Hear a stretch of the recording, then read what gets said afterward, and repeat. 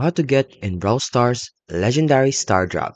So to get a Legendary Star Drop in Brawl Stars, you need to obtain Star Drops and have them upgrade to the Legendary rarity.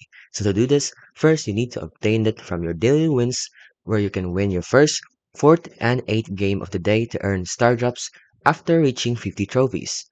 You can also get them from the Mega Peg event. So if you participate in the Mega Pig event, which also awards Star Drops. You can also get them from the Trophy Road, so you can progress through the Trophy Road as it offers Star Drop as well. You can also get them from the Brawl Pass and the Pro Pass, and also from quests and challenges. Now to do that, you need to upgrade the Star Drops. So first, start with a rare rarity and have a chance to upgrade it through the other rarities. And then the rarity upgrade depends on the RNG, or what you call the random number generation. So there's no guaranteed way to upgrade to a legendary Star Drop immediately. So there's a chance of upgrading to a legendary Star Drop, which is relatively low, but it's still possible. So you might want to consider, if a star drop upgrades to a rarity or rewards you don't qualify for, you receive a fallback reward such as coins.